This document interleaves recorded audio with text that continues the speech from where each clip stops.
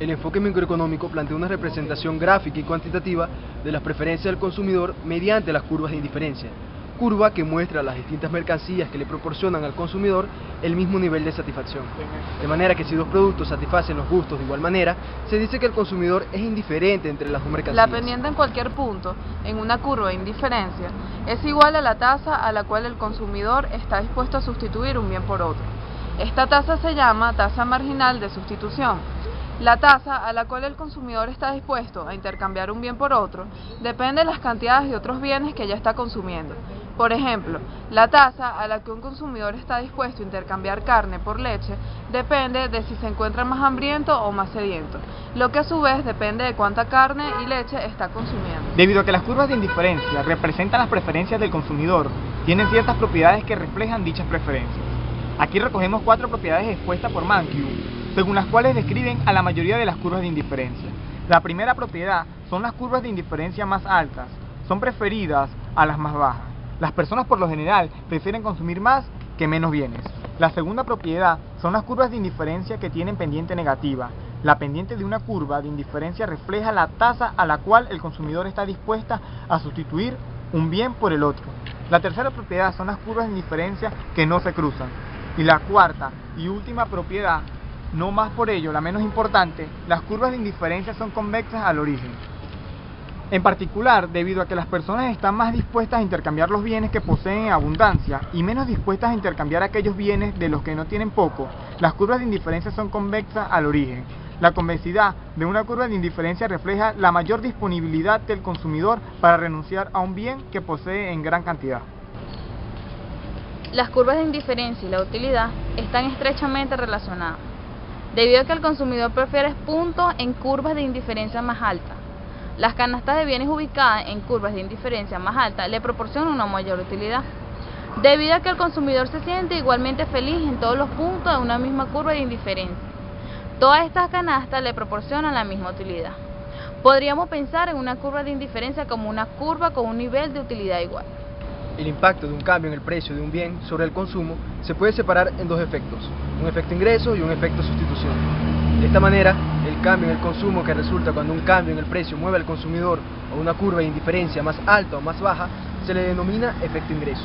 Y el cambio en el consumo que resulta cuando un cambio en el precio mueve al consumidor a lo largo de la curva de indiferencia determinada hasta un punto con una nueva tasa marginal de sustitución se le conoce como efecto sustitución. Acabamos de ver la forma en la cual los cambios en el precio de un bien alteran la restricción presupuestaria del consumidor y, por consiguiente, las cantidades que el consumidor elige comprar de ambos bienes.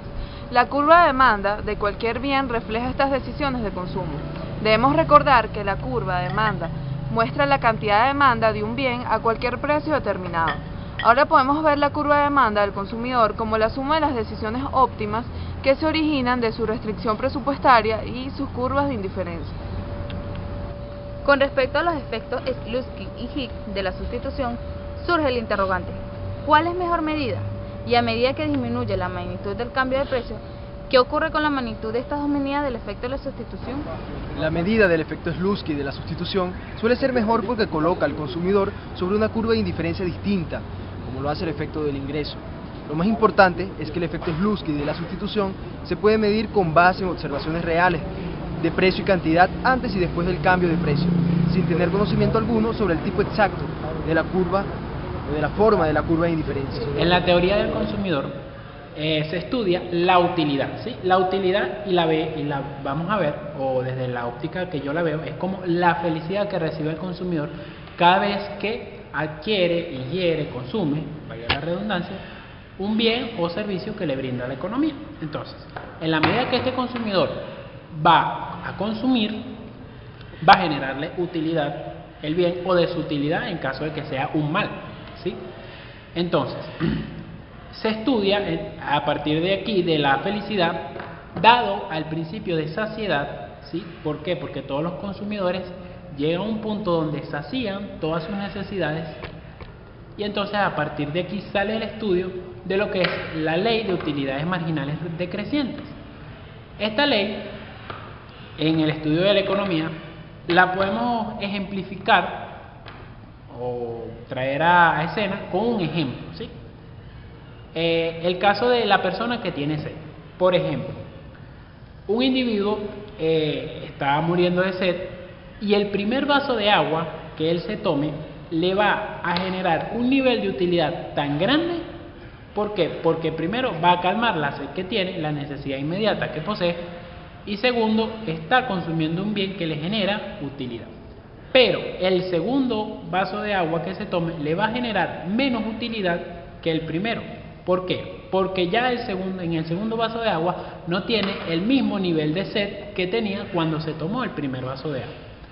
Supongamos entonces que el consumidor, o este consumidor del que estamos hablando, se toma muchos vasos de agua. Llega a un punto donde su capacidad para beber agua se agota, ¿sí?